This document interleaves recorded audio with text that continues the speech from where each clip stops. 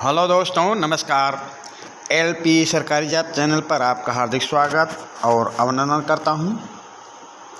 ये कक्षा 10 का सामाजिक विज्ञान का अध्याय 2 भारत में राष्ट्रवाद। कक्षा 10 सामाजिक विज्ञान अध्याय 2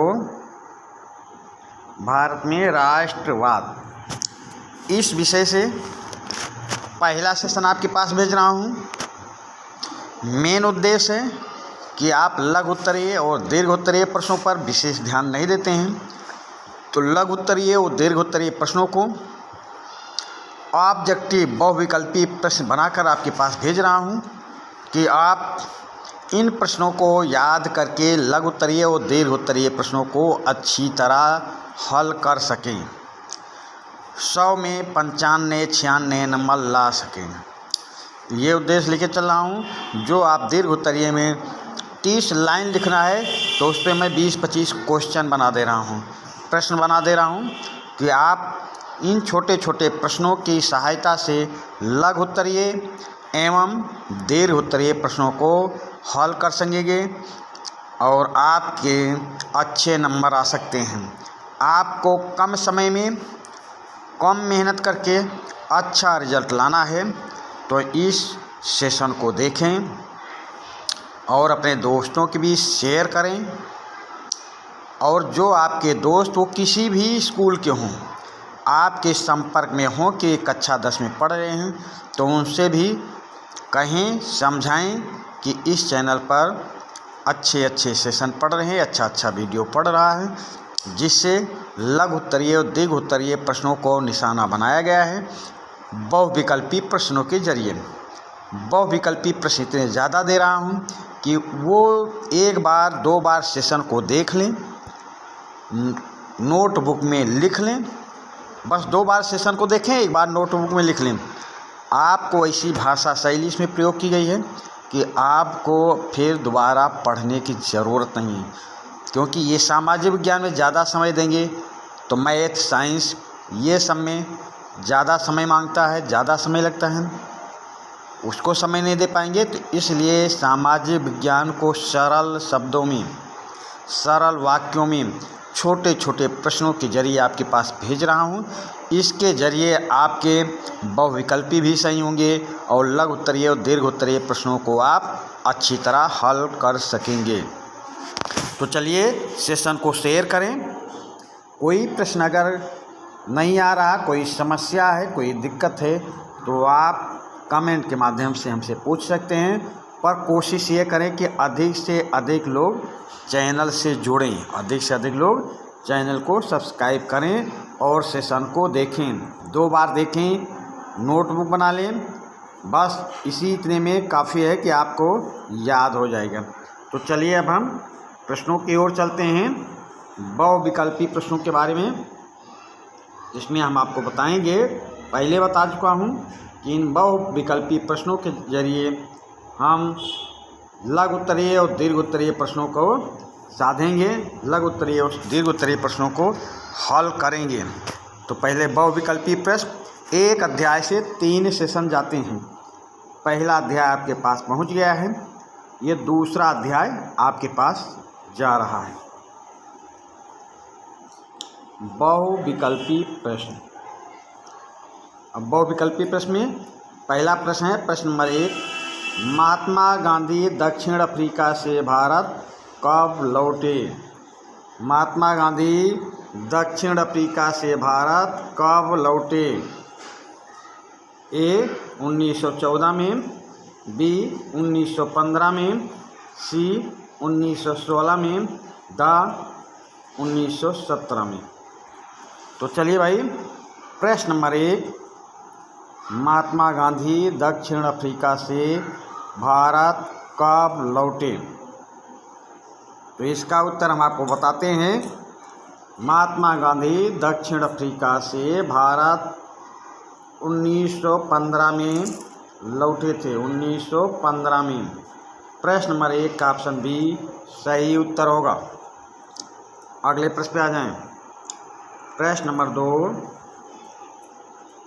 महात्मा गांधी को चंपारण के लिए कब बुलाया गया था? महात्मा गांधी को चंपारण के लिए कब बुलाया गया है? 1901 में या 1911 में या 1915 में या 1916 में? प्रश्न नंबर 2, महात्मा गांधी को चंपारण के लिए कब बुलाया गया? तो चलिए इसका उत्तर हम बताते हैं, क्योंकि प्रश्नों की संख्या ज़्यादा है, थोड़ा जल्दी जल्दी करने की कोशिश करेंगे और आप सेशन को रोक रोक के पीछे कर के स्किप कर के पढ़ेंगे, देखेंगे, समझेंगे और नोटबुक में लिखेंगे भी। तो महात्मा गांधी को चंपारण के लिए कब बुलाया गया? तो बुलाया गया था 1916 में। बी ऑप्शन सही होगा। 1916 में महात्मा गांधी को चंपारण के लिए बुलाया गया है। चंपारण कब गए हैं ये नहीं पूछ रहा, चंपारण के लिए कब बुलाया गया है? 1916 में, जब लखनऊ में कांग्रेस की सम्मेलन कांग्रेस का हो रहा, अध्यक्षता अंबिका चरण मजूम कर रहे थे। तो प्रश्न नंबर 2 का ऑप्शन द आपका सही उत्तर होगा। प्रश्न नंबर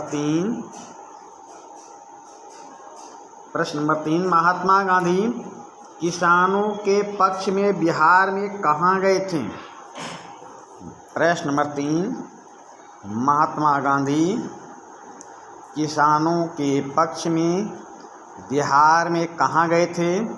जगदीशपुर में गए थे या पटना में गए थे या चंपारण में गए थे या डी गया में गए थे? प्रश्न नंबर 3, महात्मा गांधी किसानों के पक्ष में बिहार में कहाँ गए थे? तो ये गए थे चंपारण में भाई। ऑप्शन सी सही उत्तर होगा, चंपारण। अगले प्रश्न पे आते हैं। प्रश्न नंबर 4, कांग्रेस के कहाँ के अधिवेशन में चंपारण जाने के लिए महात्मा गांधी को बुलाया गया था? प्रश्न नंबर 4, कांग्रेस के कहाँ के अधिवेशन में चंपारण जाने के लिए महात्मा गांधी को बुलाया गया था?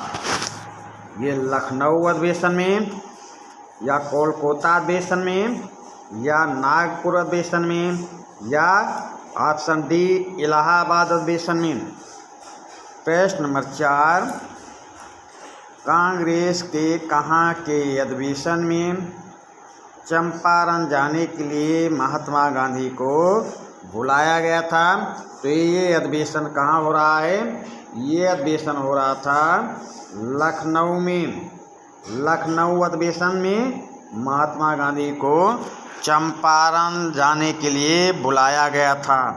प्रश्न नंबर 4 का ऑप्शन ए सही उत्तर होगा। प्रश्न नंबर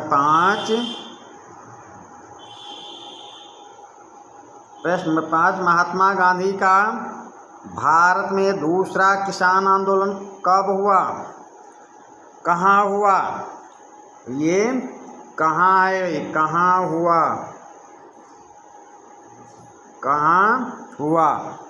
प्रश्न नंबर 5, महात्मा गांधी का भारत में दूसरा किसान आंदोलन कहाँ हुआ? बारडोली में, अहमदाबाद में, कानपुर में या खेड़ा में? प्रश्न नंबर 5, महात्मा गांधी का भारत में दूसरा किसान आंदोलन कहाँ हुआ? ये कहाँ है भाई? कब नहीं है, ये कहाँ है? समझ गए? तो प्रश्न नंबर 5, महात्मा गांधी का भारत में दूसरा किसान आंदोलन कहाँ हुआ? समझ गए? तो ये हुआ है खेड़ा में। खेड़ा में।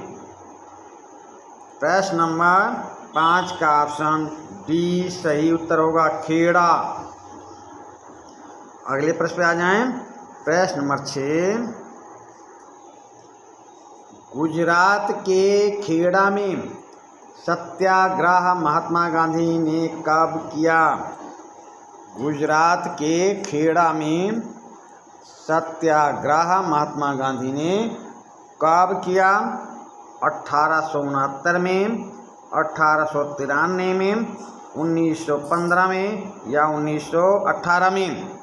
तो यहाँ पे जो 4 ऑप्शन हैं, तो ये चारों ऑप्शन को ध्यान से सुने।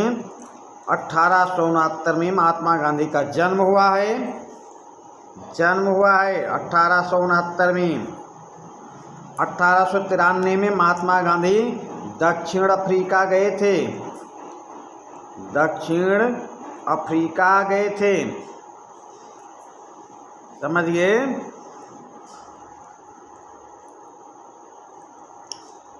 और फिर ऑप्शन 1915 में महात्मा गांधी वापस भारत आए थे, समझिए। अब एक ऑप्शन बचता है 1918। तो गुजरात के खेड़ा में सत्याग्रह महात्मा गांधी ने कब शुरू किया? तो 1918 में। प्रश्न नंबर 6 का ऑप्शन डी सही उत्तर होगा। अगले प्रश्न पे आ जाएं। प्रश्न नंबर 7, प्रश्न नंबर 7 पे आए भाई।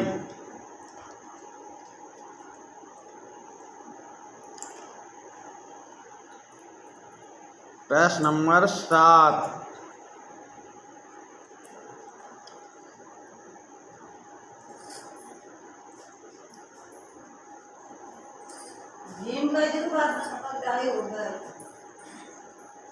प्रश्न नंबर 7, महात्मा गांधी ने अहमदाबाद में कब हड़ताल किया? महात्मा गांधी ने अहमदाबाद में कब हड़ताल किया? 1918 में या 1920 में या 1930 में या 1942 में? प्रश्न नंबर 7, महात्मा गांधी ने अहमदाबाद में कब हड़ताल किया? तो महात्मा गांधी ने अहमदाबाद में 1918 में हड़ताल किया। प्रश्न नंबर 7 का ऑप्शन ए सही उत्तर होगा। प्रश्न नंबर 8, ब्रिटिश भारत सरकार ने 1918 में किसकी अध्यक्षता में एक कमेटी बनाई? प्रश्न नंबर 8, ब्रिटिश भारत सरकार ने 1918 में किसकी अध्यक्षता में एक कमेटी बनाई? मॉन्टेग्यू के अध्यक्षता में या चेम्सफोर्ड की अध्यक्षता में या जनरल डायर की अध्यक्षता में या डी सिडनी रौलेट के अध्यक्षता में? प्रश्न नंबर 8, ब्रिटिश भारत सरकार ने 1918 में किसकी अध्यक्षता में एक कमेटी बनाई? तो ये कमेटी बनाई थी सिडनी रौलेट की अध्यक्षता में। प्रश्न नंबर डी, प्रश्न नंबर 8 का ऑप्शन डी सही उत्तर होगा, सिडनी रौलेट की अध्यक्षता में। अगले प्रश्न पे आ जाएं। प्रश्न नंबर 9, प्रश्न नंबर 9, सिडनी रौलेट ने अपनी रिपोर्ट कब प्रस्तुत की? सिडनी रौलेट ने अपनी रिपोर्ट कब प्रस्तुत की? 1917 में, 1918 में, 1919 में या 1920 में? प्रश्न नंबर 9, सिडनी रौलेट ने अपनी रिपोर्ट कब प्रस्तुत की? तो इसमें रिपोर्ट प्रस्तुत करने के लिए बोला जा रहा है। तो सिडनी रौलेट ने अपनी रिपोर्ट 1917 में, ऑप्शन ए आपका सही उत्तर होगा। 1900, प्रश्न नंबर 9, 1917 नहीं भाई, प्रश्न नंबर 9 1918 में प्रस्तुत की गई। प्रश्न नंबर 9 सिडनी रौलेट ने अपनी रिपोर्ट कब प्रस्तुत की? तो ऑप्शन बी सही होगा, 1918 में प्रस्तुत की। प्रश्न नंबर 9 सिडनी रौलेट ने अपनी रिपोर्ट कब प्रस्तुत की? तो ऑप्शन बी सही होगा, सिडनी रौलेट ने अपनी रिपोर्ट 1918 में प्रस्तुत की।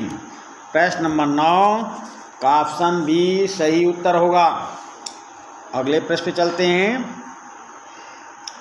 प्रश्न नंबर 10। प्रश्न नंबर 10 रौलेट एक्ट को कब लागू किया गया?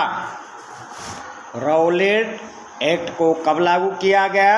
ऑप्शन ए 8 मार्च 1919 को, ऑप्शन बी 8 अप्रैल 1919 को, सी 8 मार्च 1918 को, डी 8 अप्रैल 1918 को। तो प्रश्न नंबर 10 रौलेट एक्ट कब लागू किया गया था? तो रौलेट एक्ट 8 मार्च 1919 को लागू किया गया था। रौलेट एक्ट 8 मार्च 1919 को लागू किया गया था। प्रश्न नंबर 10 का ऑप्शन ए सही उत्तर होगा। प्रश्न नंबर 11 रौलेट एक्ट को और किस नाम से जाना जाता है? रौलेट एक्ट को और किस नाम से जाना जाता है? ऑप्शन ए शाही आदेश, ऑप्शन बी काला कानून, ऑप्शन सी भारत को तोड़ने वाला कानून, ऑप्शन डी भारत को जोड़ने वाला कानून। प्रश्न नंबर 11 रौलेट एक्ट को और किस नाम से जाना जाता है? तो रौलेट एक्ट को काला कानून नाम से भी जाना जाता है।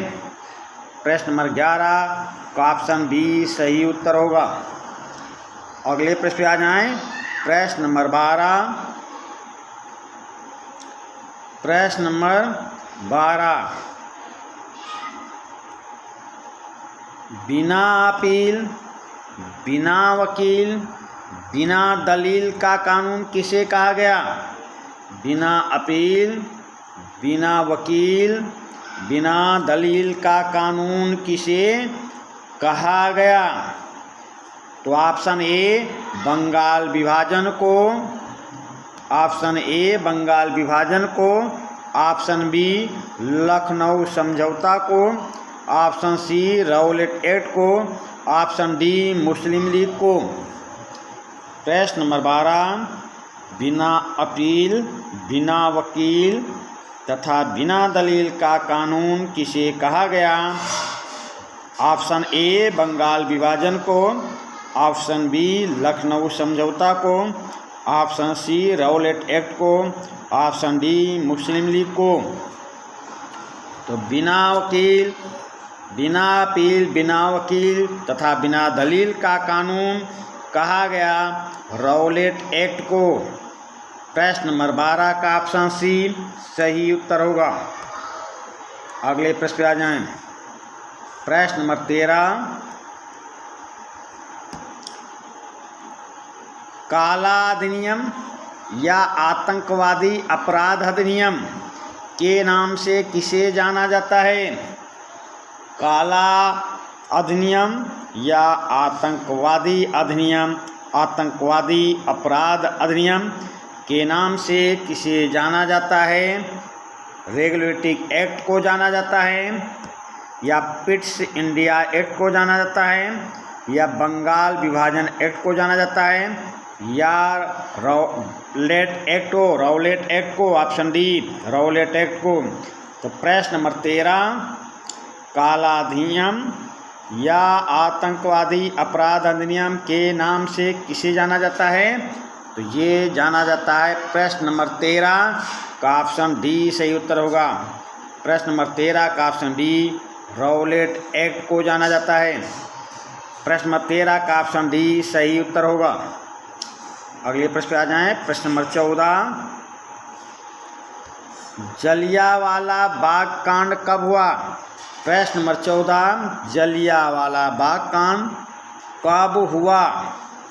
13 ऑप्शन ए 13 अप्रैल 1919 को, ऑप्शन बी 13 अप्रैल 1918 को, ऑप्शन सी 13 मार्च 1919 को, ऑप्शन डी 13 मार्च 1918 को। प्रश्न नंबर 14, जलियांवाला बाग कांड कब हुआ? तो इसका उत्तर सही होगा ऑप्शन ए, जलियांवाला बाग कांड 13 अप्रैल 1919 को हुआ। जलियांवाला बाग कांड 13 अप्रैल 1919 को हुआ। प्रश्न नंबर 15,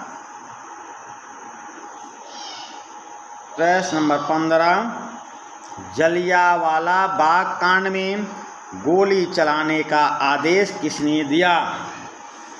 जलियांवाला बाग कांड में गोली चलाने का आदेश किसने दिया? लॉर्ड मिंटो ने दिया, या ऑप्शन बी चेम्सफोर्ड ने, या ऑप्शन सी लॉर्ड कर्जन ने, या ऑप्शन डी जनरल डायर ने। तो प्रश्न नंबर 15 का ऑप्शन डी जनरल डायर ने सही उत्तर होगा। प्रश्न नंबर 15 का ऑप्शन डी सही उत्तर है। प्रश्न नंबर 16, किस कानून के तहत किसी राजनीतिक कैदी को 2 वर्ष तक जेल में रखा जा सकता था? किस कानून के तहत किसी कैदी को 2 वर्ष तक जेल में रखा जा सकता था? बंगाल विभाजन एक्ट के तहत, या ऑप्शन बी राजधानी परिवर्तन के तहत, या ऑप्शन सी प्रथम विश्व युद्ध होने के कारण, या ऑप्शन डी रॉलेट एक्ट आने के कारण। प्रश्न नंबर 16, किस कानून के तहत किसी राजनीतिक कैदी को 2 वर्ष तक जेल में रखा जा सकता था? तो ये कानून है रॉलेट एक्ट आने के कारण। प्रश्न नंबर 16 का ऑप्शन डी सही उत्तर होगा। प्रश्न नंबर 16 का ऑप्शन डी सही उत्तर है। प्रश्न नंबर 17, रॉलेट एक्ट के तहत किस पंजाबी नेता को गिरफ्तार किया गया था? रॉलेट एक्ट के तहत किस पंजाबी नेता को गिरफ्तार किया गया था? गिरफ्तार किया गया था। गिरफ्तार किया गया था।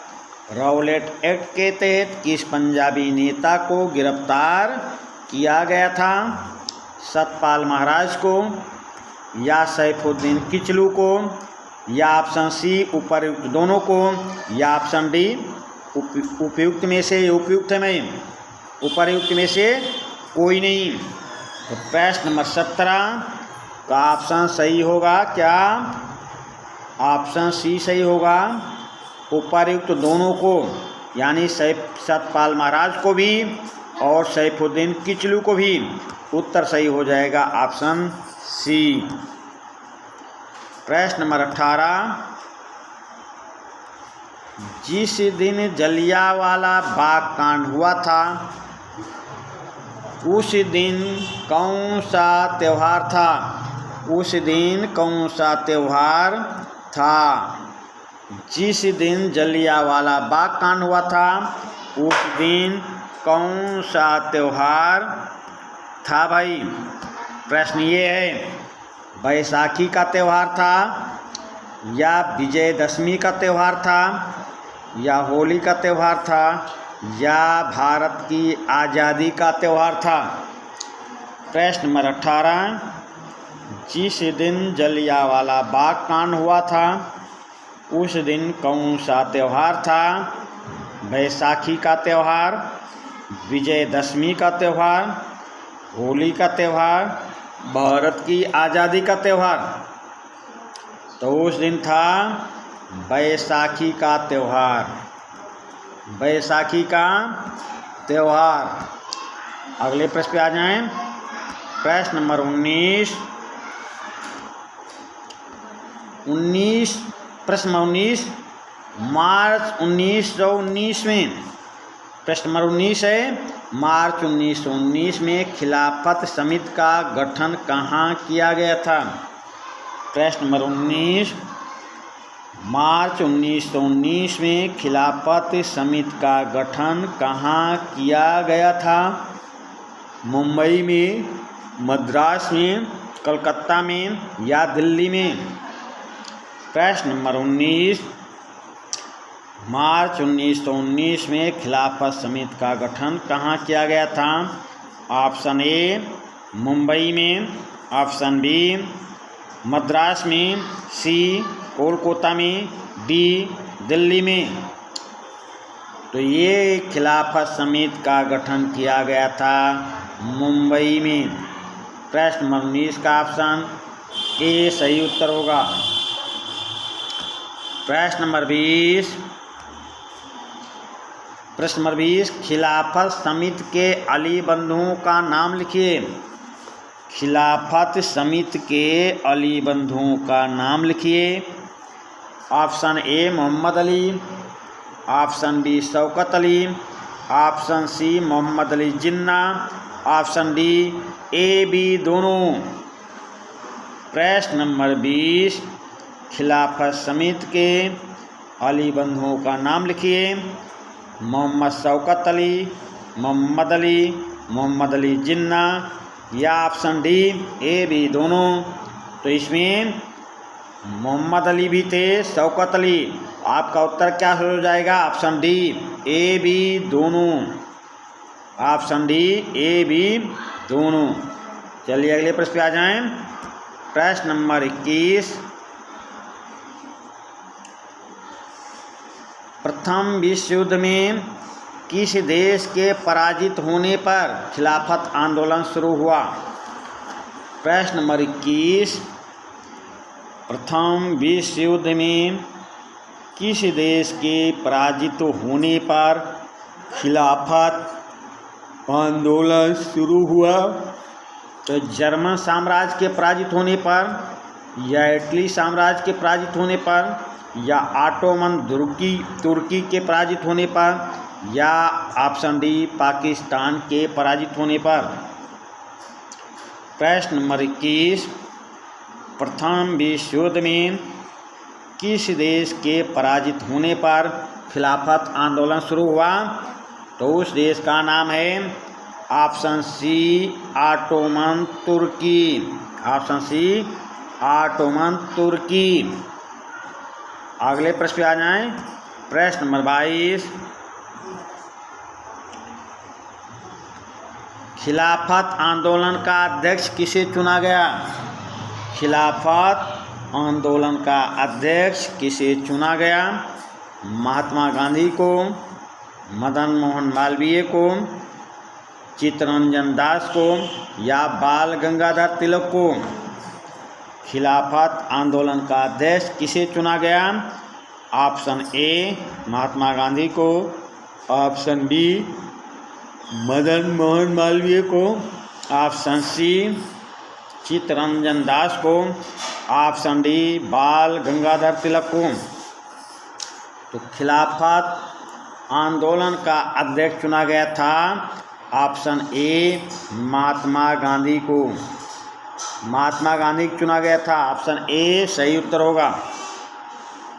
अगले प्रश्न पे आ जाएं। प्रश्न number 23,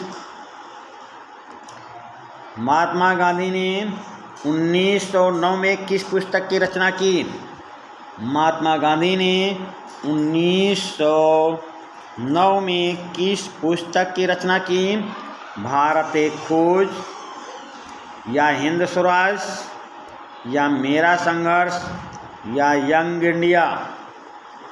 option A Bharat Ek Khoj, option B Hind Swaraj, option C Mera Sangharsh, option D young India. तो प्रश्न नंबर 23, महात्मा गांधी ने 1909 में हिंद स्वराज पुस्तक की रचना की। प्रश्न नंबर 23 का ऑप्शन बी सही उत्तर होगा। अगले प्रश्न पे आ जाएं। प्रश्न नंबर 24, असहयोग आंदोलन से संबंधित प्रस्ताव के लिए नवंबर 1920 में कांग्रेस का अधिवेशन कहाँ हुआ। प्रश्न नंबर 24, असहयोग आंदोलन से संबंधित प्रस्ताव के लिए नवंबर 1920 में कांग्रेस का अधिवेशन कहाँ हुआ। 1919 नवंबर 1920 है।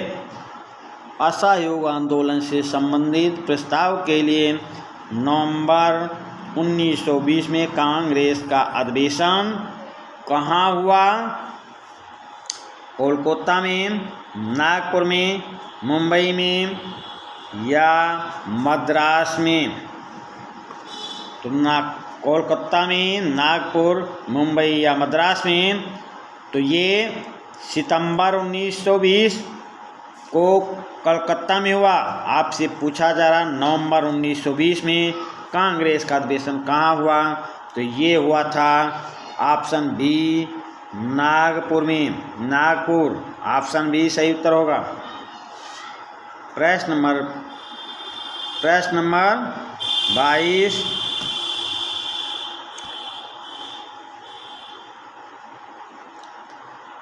प्रश्न नंबर 25, कांग्रेस के कहाँ के अधिवेशन में असहयोग आंदोलन पारित हुआ। कांग्रेस के कहाँ के अधिवेशन में असहयोग आंदोलन पारित हुआ। कोलकाता के अधिवेशन में, इलाहाबाद के अधिवेशन में, मुंबई के अधिवेशन में या नागपुर के अधिवेशन में। प्रश्न नंबर 25, कांग्रेस के कहाँ के अधिवेशन में असहयोग आंदोलन पारित हुआ। तो प्रश्न नंबर 25 का ऑप्शन डी सही उत्तर होगा। इसके पहले जो प्रश्न था उसमें भी मैं बताया। तो प्रश्न नंबर 25, कांग्रेस के कहाँ के अधिवेशन में असहयोग आंदोलन पारित हुआ। तो ये असहयोग आंदोलन पारित हुआ था नागपुर के अधिवेशन में। ऑप्शन डी सही उत्तर होगा। नागपुर के अधिवेशन में, ऑप्शन डी सही उत्तर है। अगले प्रश्न पे आ जाएं। प्रश्न नंबर 26, असहयोग खिलाफत आंदोलन कब प्रारंभ हुआ।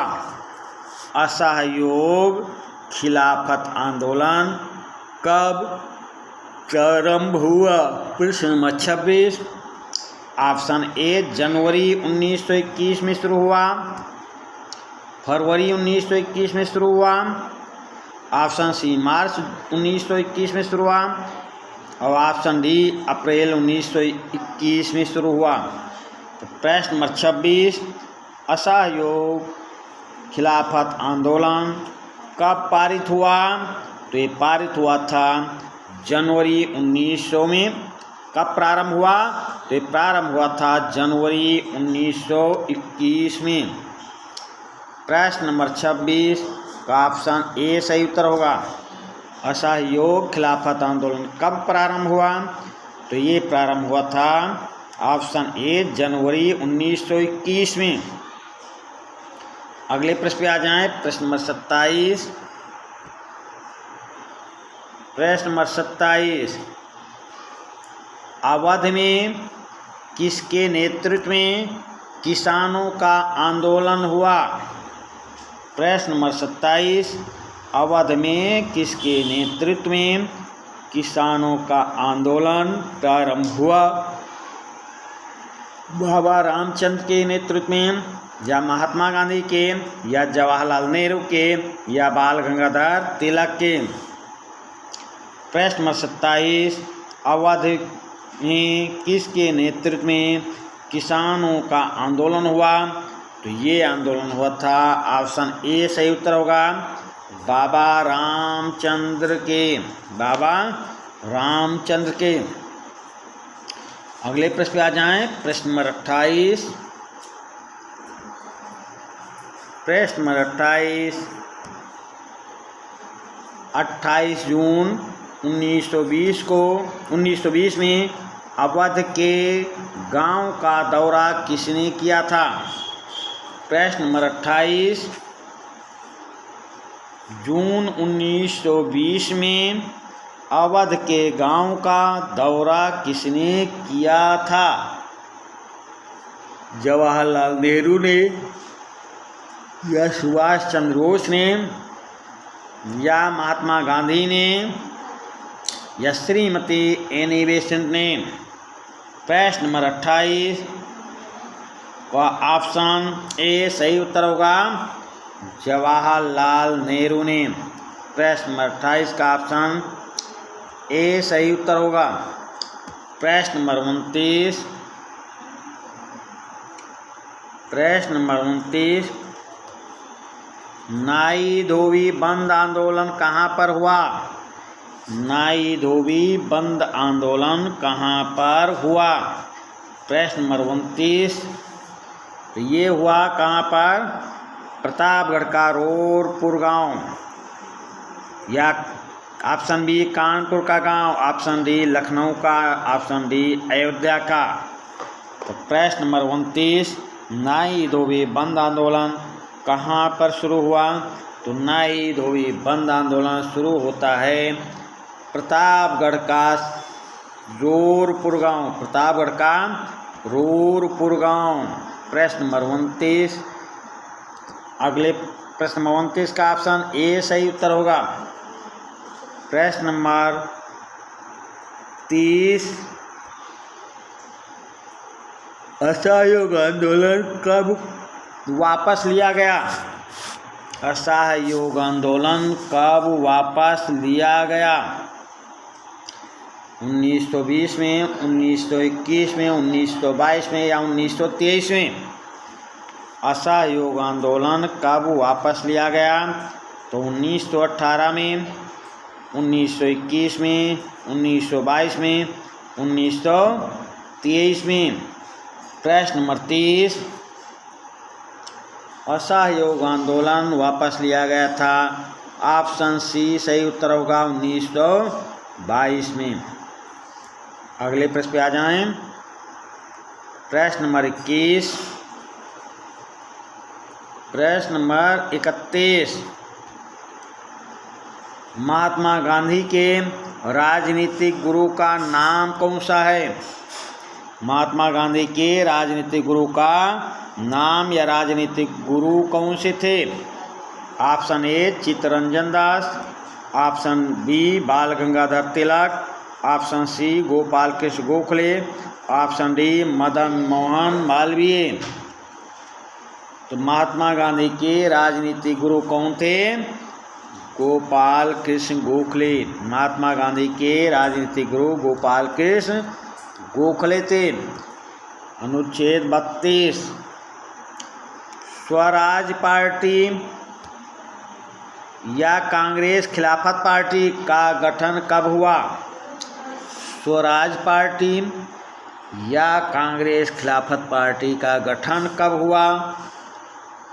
1905 में, 1916 में, 1920 में, या 1923 में? तो ये गठन हुआ था, ये गठन हुआ 1923 में। ऑप्शन डी सही उत्तर होगा 1923 में। प्रश्न नंबर 22 का ऑप्शन डी सही उत्तर है। प्रश्न नंबर 32 का ऑप्शन डी सही उत्तर होगा। प्रश्न नंबर 33। प्रश्न नंबर 33। सड़क निर्माण हेतु विवश किए जाने पर किस विद्रोही नेता ने विद्रोह कर दिया? प्रश्न नंबर 33।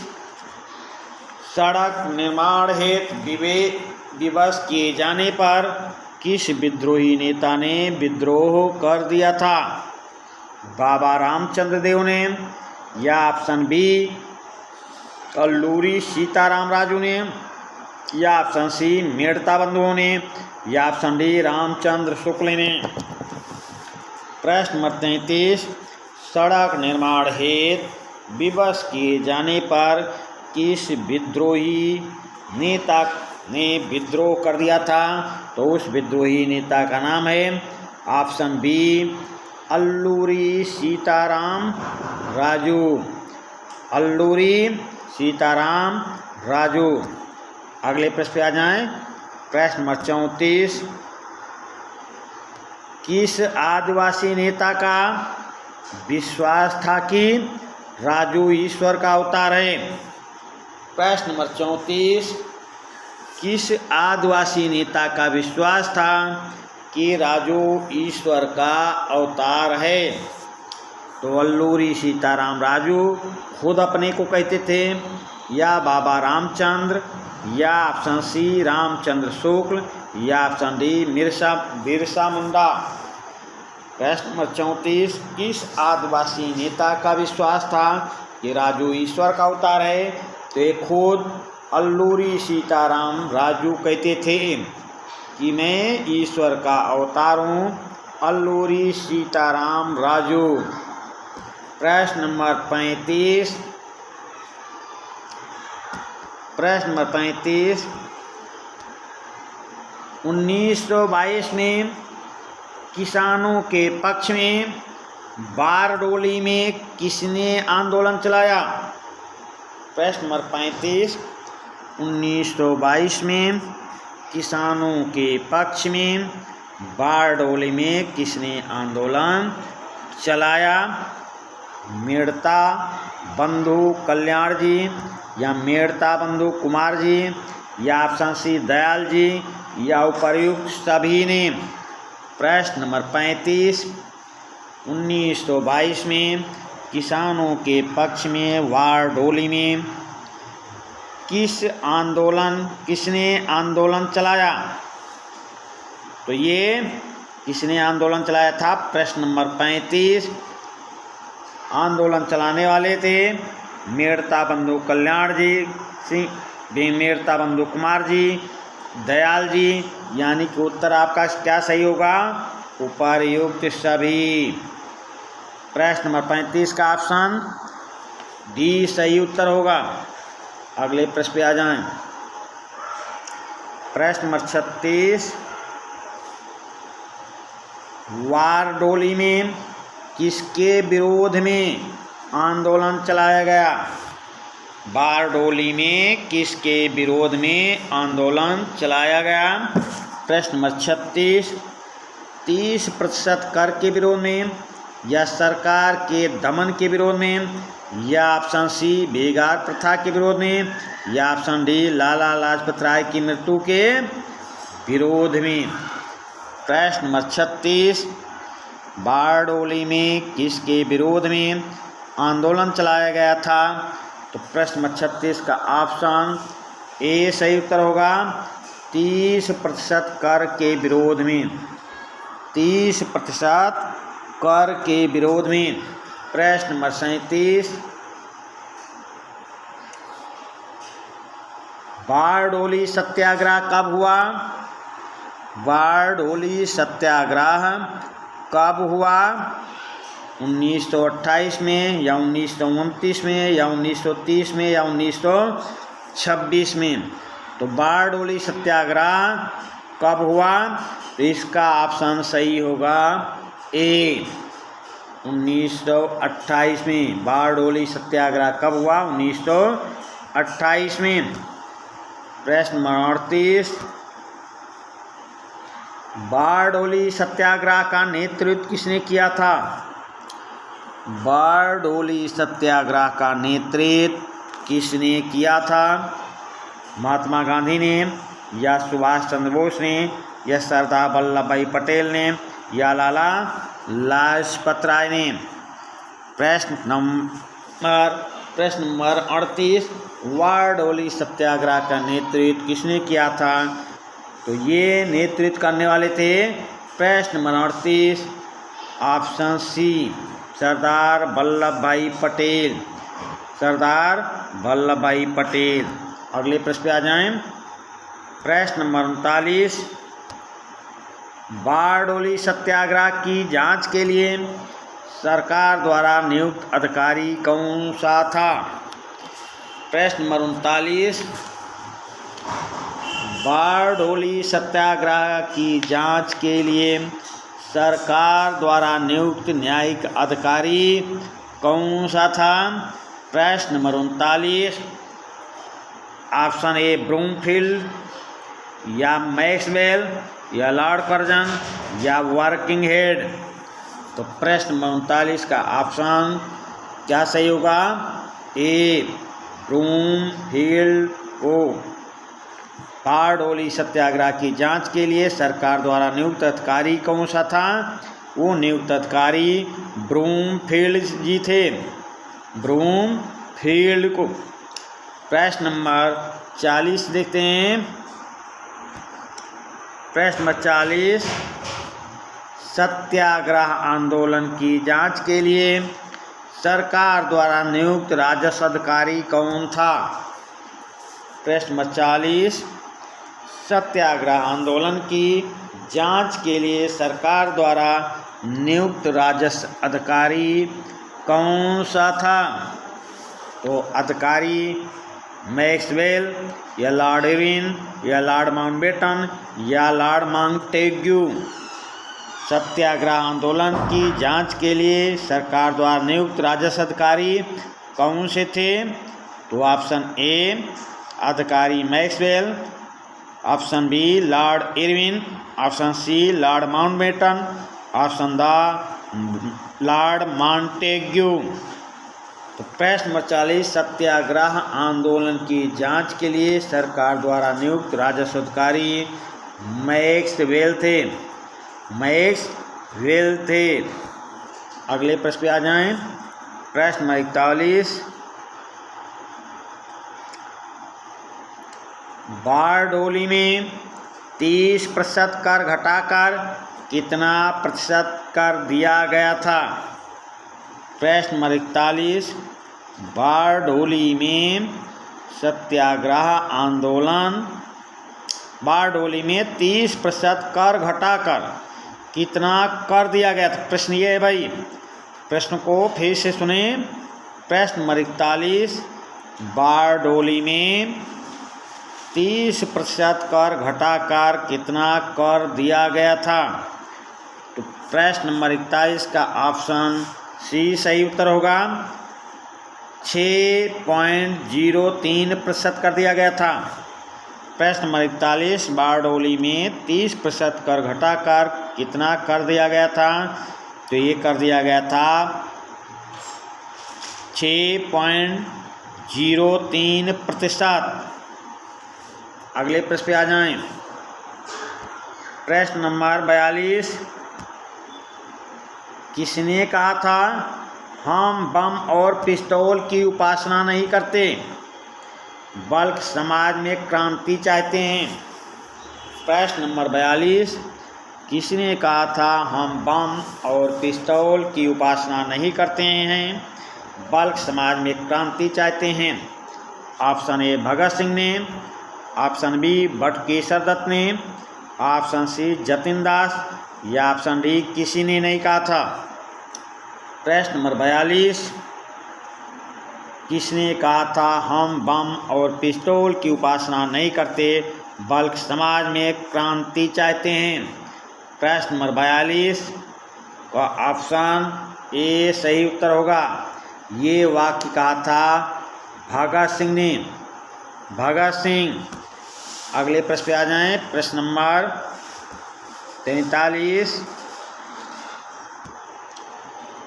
किस सन में उस ट्रेन को उड़ाने का प्रयास किया गया जिस पर लॉर्ड इरविन यात्रा कर रहे थे?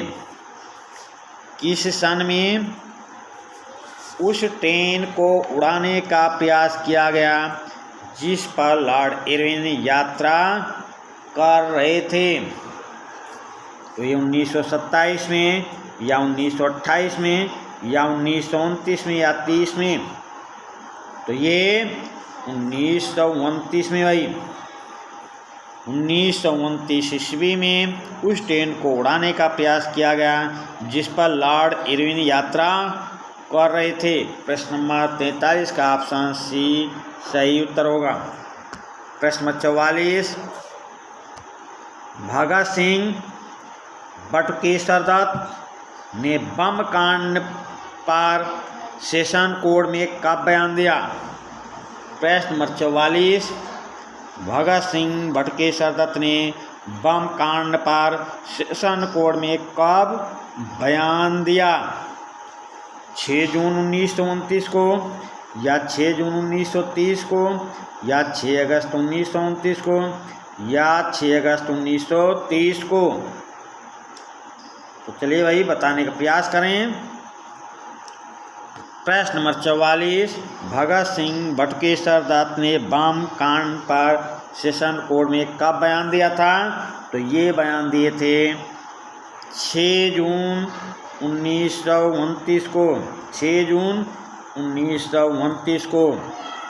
अगले प्रश्न पे आ जाएं। प्रश्न नंबर 45, लाला लाजपत राय का निधन कब हुआ था?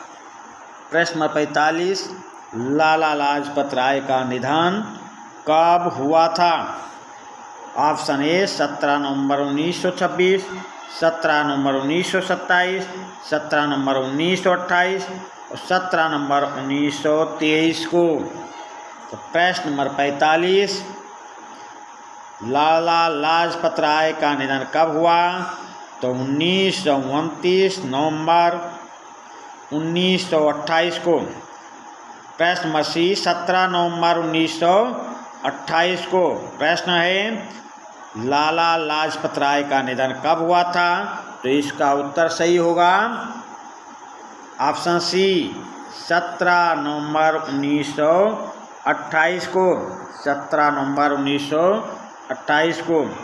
प्रश्न नंबर 46, दिसंबर 1929 में किसकी अध्यक्षता में कांग्रेस का लाहौर अधिवेशन हुआ? दिसंबर 1919 में किसकी अध्यक्षता में कांग्रेस का लाहौर अधिवेशन हुआ था? तो महात्मा गांधी की अध्यक्षता में, या जवाहरलाल नेहरू की अध्यक्षता में, या मोतीलाल नेहरू की अध्यक्षता में, या option D doctor Rajendra Prasad की अध्यक्षता में? तो प्रश्न नंबर 26, नवंबर 1929 में किसकी अध्यक्षता में कांग्रेस का लाहौर अधिवेशन हुआ?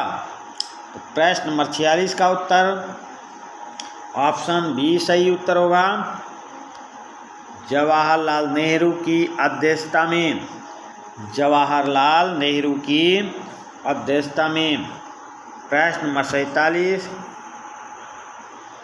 किस अधिवेशन में पूर्ण स्वराज की मांग को स्वीकार किया गया? प्रश्न नंबर 47, किस अधिवेशन में पूर्ण स्वराज की मांग को स्वीकार किया गया? लाहौर अधिवेशन में, या कराची अधिवेशन में, या कोलकाता अधिवेशन में, या मुंबई अधिवेशन में? पूर्ण स्वराज की मांग को किस अधिवेशन में स्वीकार किया गया? ऑप्शन ए सही उत्तर होगा, लाहौर अधिवेशन में। अगले प्रश्न पे आ जाएं। प्रश्न नंबर 48, प्रश्न नंबर 48, भारत का स्वतंत्रता दिवस मनाने का निर्णय किस तारीख के लिए किया गया? प्रश्न 48, पहला स्वतंत्रता दिवस मनाने का निर्णय किस तारीख के लिए किया गया? तो ये 26 जनवरी 1930 को, या 26 जनवरी 1950 को, या 15 अगस्त 1947 को, या 26 नवंबर 1949 को। प्रश्न 48, भारत का पहला स्वतंत्रता दिवस मनाने का निर्णय कब लिया गया? 26 जनवरी 1930 को, 26 जनवरी 1930 को। प्रश्न नंबर 49, स्वतंत्रता दिवस की शपथ किस तारीख को रखी गई? स्वतंत्रता दिवस की शपथ किस तारीख को रखी गई।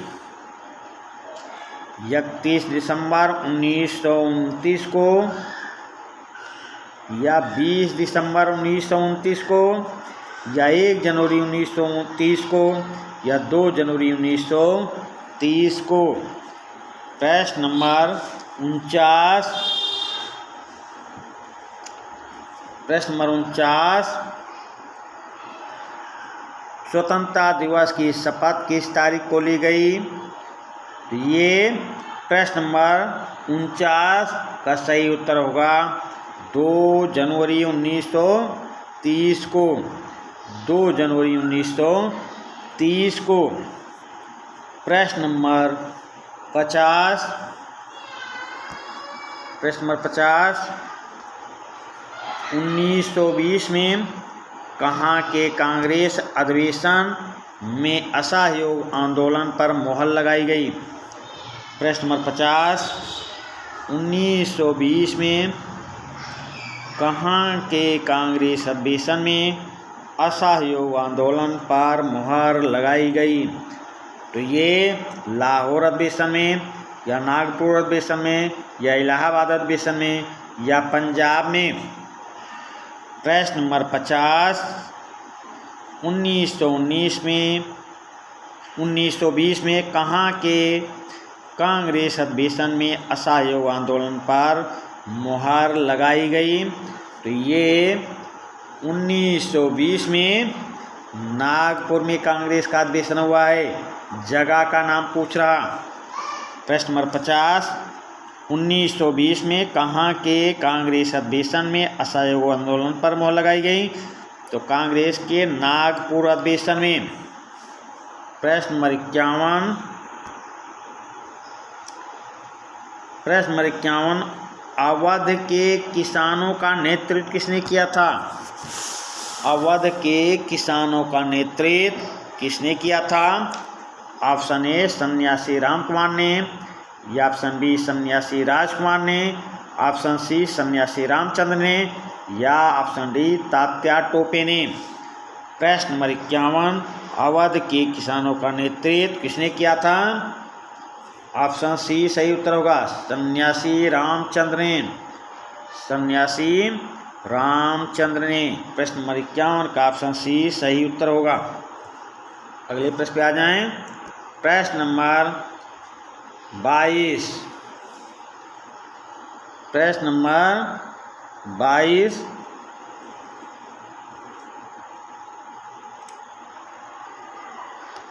अल्लूरी सीताराम राजू को कब फांसी दी गई? अल्लूरी सीताराम राजू को कब फांसी दी गई? ऑप्शन ए 1924 में, या 1920 में, या 1928 में, या 1930 में। प्रश्न नंबर 52, अल्लूरी सीताराम राजू को कब फांसी दी गई?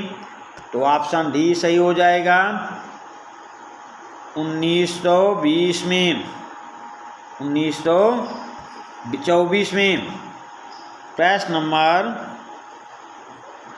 52, अल्लूरी सीताराम राजू को कब फांसी दी गई? तो अल्लूरी सीताराम राजू को फांसी ऑप्शन ए 1924 में दी गई। अगले प्रश्न पे चलते हैं। प्रश्न नंबर 51। प्रश्न नंबर 53, साइमन कमीशन भारत कब आया? प्रश्न नंबर 53, साइमन कमीशन भारत कब आया? तो चलिए हम इसका उत्तर आपको बताते हैं। ऑप्शन देख लें पहले। 1925 में आया, 1920 में आया, 1924 में आया, या 1928 में। साइमन कमीशन भारत कब आया? तो ऑप्शन डी सही उत्तर होगा साइमन कमीशन भारत 1928 में आया। अगले प्रश्न पे आ जाएं। प्रश्न नंबर 54, महात्मा गांधी ने दांडी कब पहुँचे? महात्मा गांधी जी दांडी कब पहुँचे हैं? महात्मा गांधी जी दांडी कब पहुँचे? 11 मार्च 1930 को, 3 अप्रैल 1930 को, 6 अप्रैल 1930 को, 22 मार्च 1930 को। प्रश्न नंबर 54, महात्मा गांधी जी दांडी कब पहुँचे थे? तो ये दांडी पहुँचे हैं 6 अप्रैल 1930 को, 6 अप्रैल 1930। प्रश्न नंबर 54 का ऑप्शन सी सही उत्तर होगा। अगले प्रश्न पे आ जाएं। प्रश्न नंबर 55, ब्रिटिश प्रधानमंत्री ने भारतीय संवैधानिक सुधारों पर सुझाव देने के लिए साइमन कमीशन को कब नियुक्त किया? अभी आपसे प्रश्न पूछा गया था साइमन कमीशन कब आया, अब पूछा जा रहा ब्रिटिश प्रधानमंत्री ने भारतीय संवैधानिक सुधारों पर सुझाव देने के लिए साइमन कमीशन को कब नियुक्त किया? 1925 में या 1926 में या 1927 में या 1928 में? प्रश्न नंबर 55, ब्रिटिश प्रधानमंत्री ने भारतीय संवैधानिक सुधारों पर सुझाव देने के लिए साइमन कमीशन को कब नियुक्त किया? तो ये नियुक्त किए थे ऑप्शन सी 1927 में। प्रश्न नंबर 55 का ऑप्शन सी सही उत्तर होगा। प्रश्न नंबर 56, साइमन कमीशन भारत कब पहुंचा?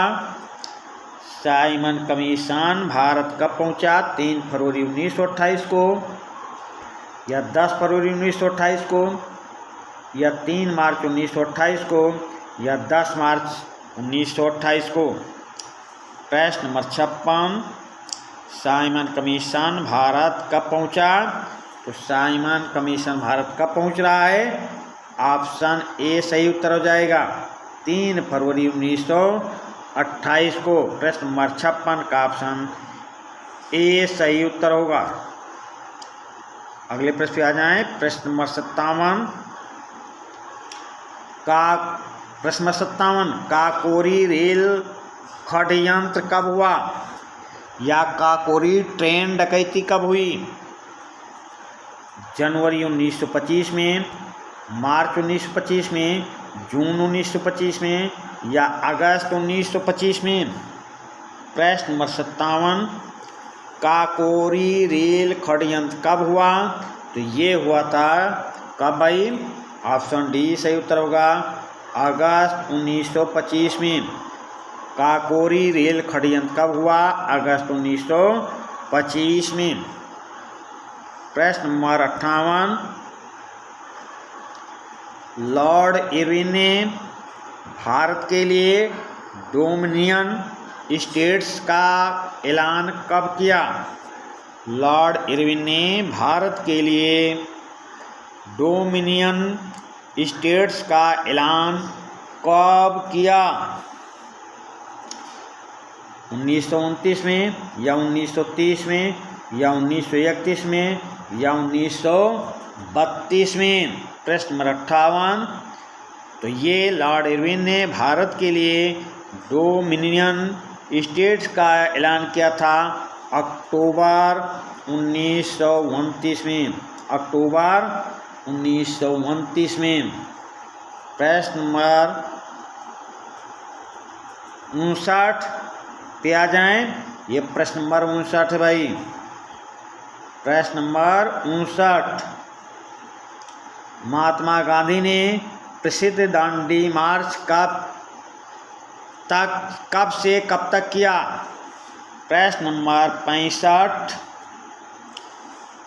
प्रश्न नंबर 69, प्रश्न नंबर 69 भाई है, ये लिखने में मिस्टेक हुई है। प्रश्न नंबर 59 है, प्रश्न नंबर 59 है, ये प्रश्न नंबर 59 है, समझिए। प्रश्न नंबर 59, महात्मा गांधी ने प्रसिद्ध दांडी मार्च कब से कब तक किया था? 12 मार्च से 6 अप्रैल तक, 12 अप्रैल से 6 मई तक, 6 मई से 12 जून, 12 जून से 6 जुलाई तक। तो प्रश्न नंबर 59, महात्मा गांधी ने प्रसिद्ध दांडी मार्च कब से कब तक किया?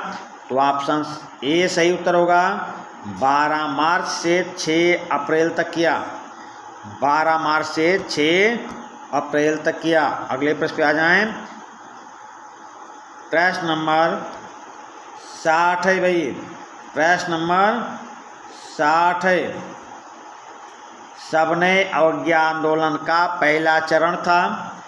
सविनय अवज्ञा आंदोलन का पहला चरण 12 मार्च 1930 से 5 मार्च 1931 तक, या 5 मार्च 1931 से 23 मार्च 1931 तक, या 5 मार्च 1931 से 7 सितंबर 1931 तक, या 20 सितंबर 1932 से 26 सितंबर 1932 तक। तो प्रश्न नंबर 60, सविनय अवज्ञा आंदोलन का पहला चरण क्या था भाई? तो पहला चरण था 12 मार्च 1930 से 5 मार्च 1930 तक।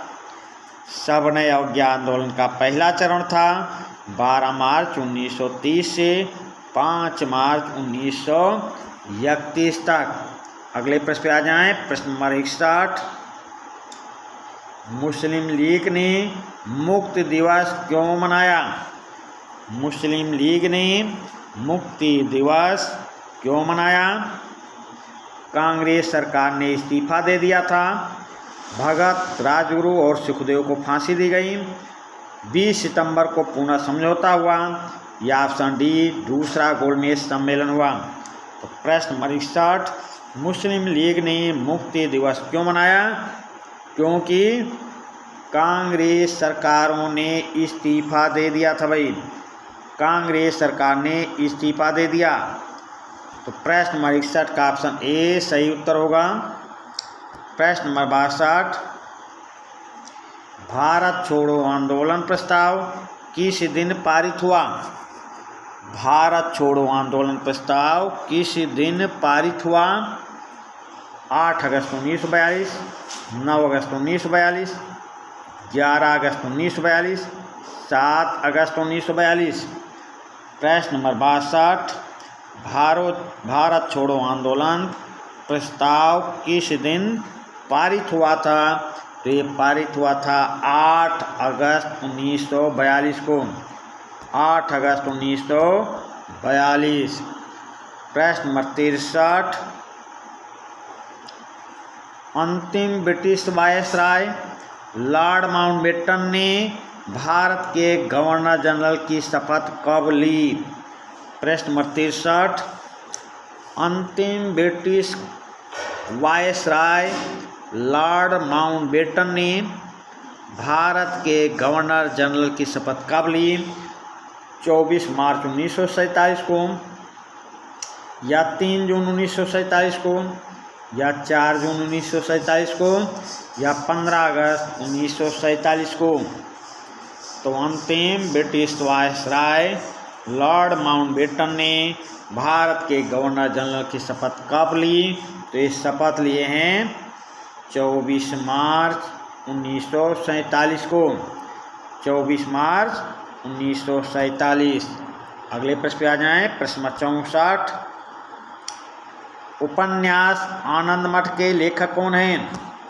उपन्यास आनंद मठ के लेखक कौन हैं?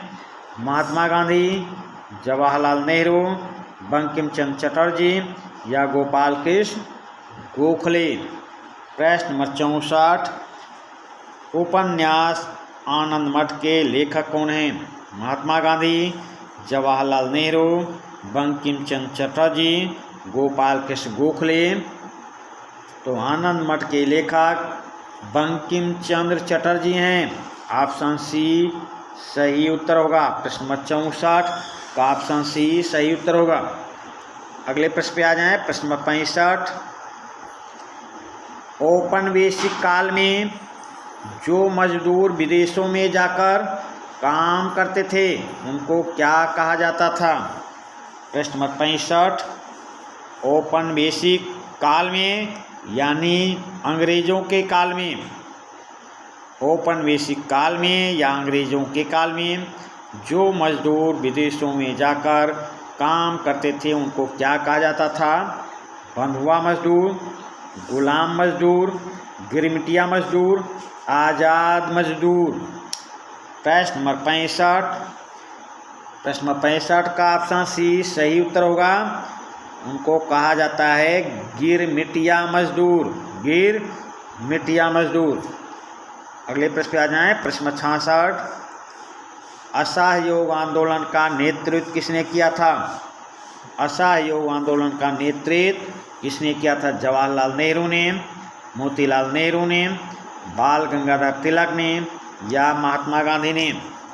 प्रश्न नंबर 66, असहयोग आंदोलन का नेतृत्व किसने किया था? जवाहरलाल नेहरू, मोतीलाल नेहरू, बाल गंगाधर तिलक या महात्मा गांधी ने? तो ये किया था महात्मा गांधी ने। प्रश्न नंबर 66 का ऑप्शन डी सही उत्तर होगा। अगले प्रश्न पे आ जाएं। प्रश्न नंबर 67, महात्मा गांधी का जन्म कब हुआ? महात्मा गांधी का जन्म कब हुआ? 2 अक्टूबर 1869 में, 2 अक्टूबर 1872 में, 2 अक्टूबर 1879 में, 2 अक्टूबर 1889 में? महात्मा गांधी का जन्म कब हुआ? 2 अक्टूबर 1869 में, 2 अक्टूबर 1872 में, 2 अक्टूबर 1879 में या ऑप्शन डी 2 अक्टूबर 1889 में? तो प्रश्न नंबर 67 का ऑप्शन ए सही उत्तर होगा, 2 अक्टूबर 1869 में। प्रश्न नंबर 67 का ऑप्शन ए सही उत्तर है। प्रश्न नंबर 68, जलियांवाला बाग कांड कहाँ हुआ?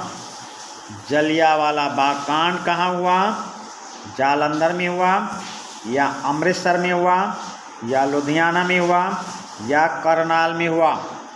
प्रश्न नंबर 68, जलियांवाला बाग कांड कहाँ हुआ?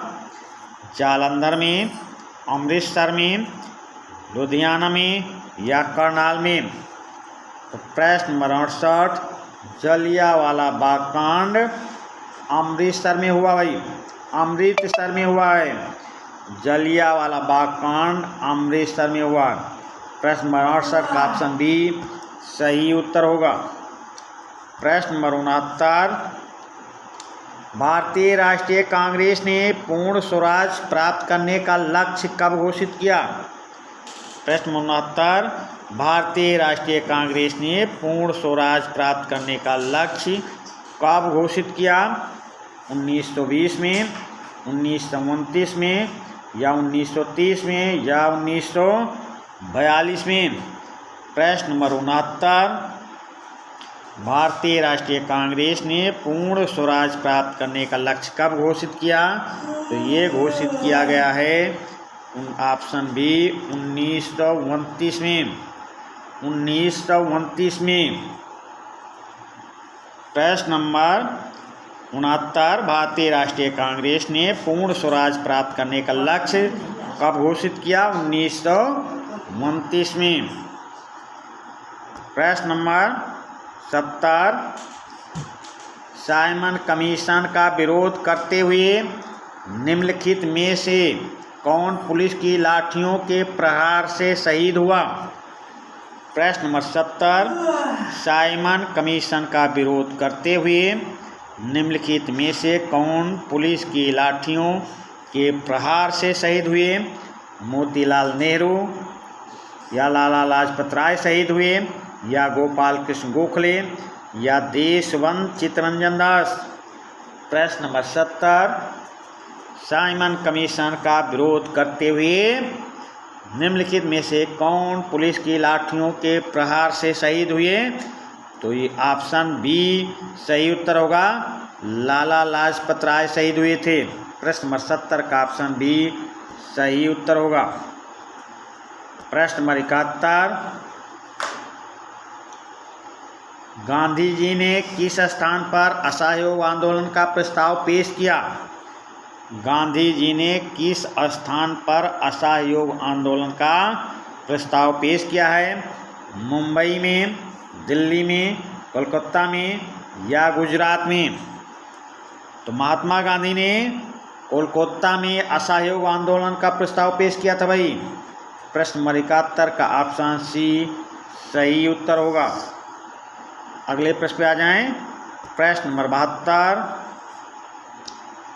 गांधी जी ने किस व्यक्ति को अपना गुरु माना था? गांधी जी ने किस व्यक्ति को अपना गुरु माना था? बाल गंगाधर तिलक को, सुरेंद्रनाथ बनर्जी को, बिपिन चंद्र पाल को, गोपाल कृष्ण गोखले को? प्रश्न नंबर 72, गांधी जी ने किस व्यक्ति को अपना गुरु माना था? तो गांधी जी के गुरु कौन थे? गोपाल कृष्ण गोखले। प्रश्न नंबर 72 का ऑप्शन डी सही उत्तर होगा। अगले प्रश्न पे आ जाएं। प्रश्न नंबर 73, महात्मा गांधी का जन्म किस स्थान पर हुआ था? महात्मा गांधी का जन्म किस स्थान पर हुआ था?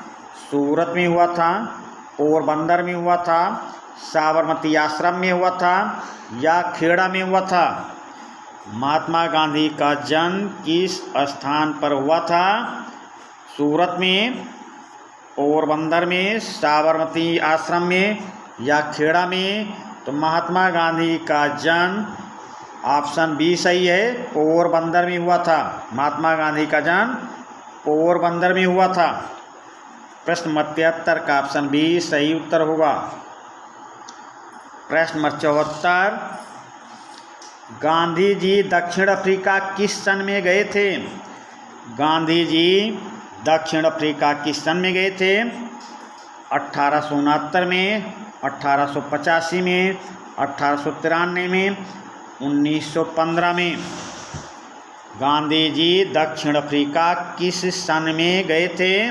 तो गांधी जी दक्षिण अफ्रीका गए थे 1893 में। प्रश्न नंबर 74 का ऑप्शन सी सही उत्तर होगा। प्रश्न नंबर 75, द्वितीय गोलमेज सम्मेलन कब प्रारंभ हुआ? द्वितीय गोलमेज सम्मेलन कब प्रारंभ हुआ? फरवरी 1930 में, सितंबर 1931 में, सितंबर 1932 में, नवंबर 1932 में? प्रश्न नंबर 75, द्वितीय गोलमेज सम्मेलन कब प्रारंभ हुआ? तो प्रश्न नंबर 75 का ऑप्शन बी सही उत्तर होगा। सितंबर 1931 में द्वितीय गोलमेज सम्मेलन प्रारंभ हुआ, सितंबर 1931 में। अगले प्रश्न पे आ जाएं। प्रश्न नंबर 76, प्रश्न नंबर 76, अगस्त प्रस्ताव किस वर्ष लाया गया था? अगस्त प्रस्ताव किस वर्ष लाया गया?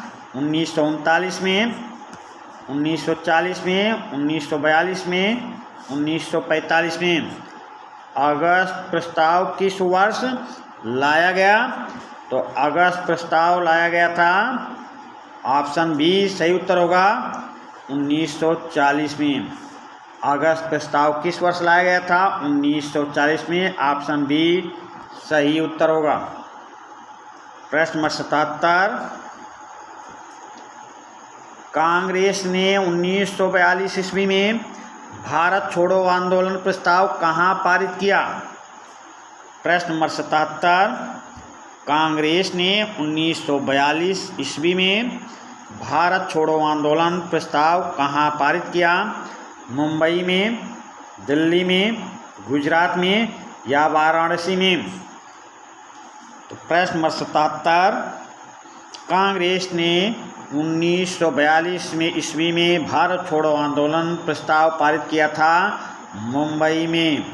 प्रश्न नंबर 77 का ऑप्शन ए सही उत्तर होगा। अगले प्रश्न पे आ जाएं। प्रश्न नंबर 78, गांधी जी ने 12 मार्च 1930 को कितने स्वयं सेवकों के साथ दांडी यात्रा प्रारंभ की? प्रश्न नंबर 78, गांधी जी ने 12 मार्च 1930 को कितने स्वयंसेवकों के साथ दांडी यात्रा प्रारंभ की? 24 स्वयंसेवकों के साथ या 358 स्वयंसेवकों के साथ या 78 स्वयंसेवक या 79 स्वयंसेवक? तो गांधी जी के साथ 12 मार्च 1930 को कितने स्वयंसेवकों के साथ? तो गांधी जी को लेके 79 थे, पर गांधी जी के साथ कितने स्वयंसेवक थे? ऑप्शन सी सही होगा, 78 स्वयंसेवक। 78 स्वयंसेवक थे गांधी जी के साथ 12 मार्च 1930 को दांडी यात्रा प्रारंभ करने वाले। प्रश्न नंबर 79, सविनय अवज्ञा आंदोलन द्वारा कब चालू हुआ? सविनय अवज्ञा आंदोलन कब चालू हुआ? प्रश्न नंबर 79, सविनय अवज्ञा आंदोलन कब चालू हुआ? 4 जनवरी 1932 को, 16 अगस्त 1932 को, 17 नवंबर 1932 को या 12 मार्च 1932 को? प्रश्न नंबर 79, सविनय अवज्ञा आंदोलन कब प्रारंभ हुआ? तो सविनय अवज्ञा आंदोलन कब प्रारंभ हुआ है? 12 मार्च, और ये 12 मार्च 1931 है भाई, 32 नहीं, 12 मार्च 1931 है। 12 मार्च 1931 है। ये जो 32 लिखा गया है ये गलत है। सविनय अवज्ञा आंदोलन 12 मार्च 1931 को पारित हुआ, चालू हुआ। और आपका क्वेश्चन जो था सविनय अवज्ञा आंदोलन, अगर ये पूछा जाए सविनय अवज्ञा आंदोलन दोबारा कब चालू हुआ, तब ये उत्तर सही होगा 12 मार्च 1932 को। ये दोबारा चालू हो रहा है, पहली बार चालू हुआ था 12 मार्च 1931 को। 1931 को ये पहली बार चालू हुआ है, ये दूसरी बार चालू हुआ है। तो प्रश्न नंबर 79 का ऑप्शन डी सही उत्तर होगा। प्रश्न 79 का ऑप्शन डी सही उत्तर होगा। ये जो द्वारा लिखा है सविनय अवज्ञा आंदोलन, ये दोबारा कब चालू हुआ? ये दोबारा कब चालू हुआ है? ये गलत लिखा गया है। सविनय अवज्ञा आंदोलन दूसरी बार कब चालू हुआ? प्रश्न ये है, ये काट दें। प्रश्न 79, सविनय अवज्ञा आंदोलन दूसरी बार कब चालू हुआ या दोबारा कब चालू हुआ? 12 मार्च 1932 को। अगले प्रश्न पे आ जाएं और लास्ट प्रश्न है प्रश्न नंबर 80, गांधी इरविन समझौता किस स्थान पर हुआ था? गांधी इरविन समझौता किस स्थान पर हुआ था? दिल्ली में, लंदन में, पुणे में या वर्धा में? तो गांधी इरविन समझौता किस स्थान पर हो रहा भाई? गांधी और इरविन के बीच समझौता दिल्ली में होता है। इसको दिल्ली समझौता भी बोला जाता है। गांधी इरविन समझौता को दिल्ली समझौता भी कहा जाता है। तो प्रश्न नंबर 80 का ऑप्शन ए सही उत्तर होगा। ये कक्षा 10 समाज विज्ञान अध्याय 2 का पहला सेशन है, जिसमें 80 प्रश्न जा रहे हैं। दूसरा सेशन इसके बाद में। ये बहुविकल्पी प्रश्नों को ज़्यादा रखने का टारगेट है। लघु उत्तरीय और दीर्घ उत्तरीय प्रश्नों को सरल और आसान भाषा में लिखना, याद करना, और उस पर ज़्यादा मेहनत करने की ज़रूरत नहीं है। ये आप बहुविकल्पी याद करेंगे तो लघु उत्तरीय और दीर्घ उत्तरीय प्रश्न आसानी से लिख ले जाएंगे। तो चलिए इसी के साथ हम इस सेशन का समापन करते हैं। धन्यवाद।